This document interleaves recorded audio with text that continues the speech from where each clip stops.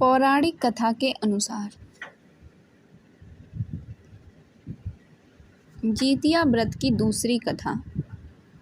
एक बार एक गरुड़ और एक मादा लोमड़ी नर्मदा नदी के पास एक हिमालय के जंगल में रहते थे। दोनों ने कुछ महिलाओं को पूजा करते और उपवास करते देखा और खुद भी इसे देखने की कामना की।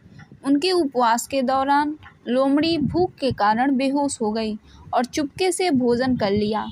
दूसरी ओर चील ने पूरे समर्पण के साथ व्रत का पालन किया और उसे पूरा भी किया। परिणाम स्वरूप लोमड़ी से पैदा हुए सभी बच्चे जन्म के कुछ दिन बाद ही खत्म हो गए और चील की संतान लंबी आयु के लिए धन्य हो गई। इस कथा के अनुसार जीमूतवाहन गंधर्व के बुद्धिमान और राजा थे।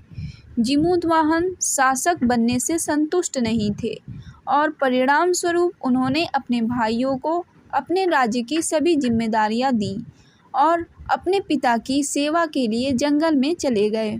एक दिन जंगल में भटकते हुए उन्हें एक बुढ़िया विलाप करते हुए मिलती है।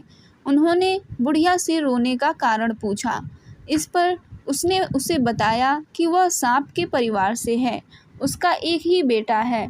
एक शपथ के रूप में हर दिन एक सांप पक्षीराज गरुड़ को चढ़ाया जाता है और उस दिन उसके बेटे का नंबर था।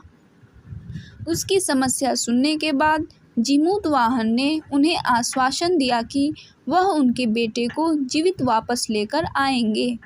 तब वह खुद गरुड़ का चारा बनने का विचार कर चट्टान पर लेट जाते थे। तब गरुड़ आता है और अपनी उंगलियों से लाल कपड़े से ढके हुए जीमूतवाहन को पकड़कर चट्टान पर चढ़ जाता है। उसे हैरानी होती है कि जिसे उसने पकड़ा है वह कोई प्रतिक्रिया क्यों नहीं दे रहा है। तब वह जीमूतवाहन से उनके बारे में पूछता है। तब गरुड़ जीमूतवाहन की वीरता और परोपकार से प्रसन्न होकर सांपों से कोई और बलिदान नहीं लेने का वादा करता है। मान्यता है कि तभी से ही संतान की लंबी उम्र और कल्याण के लिए जितिया का व्रत मनाया जाता है।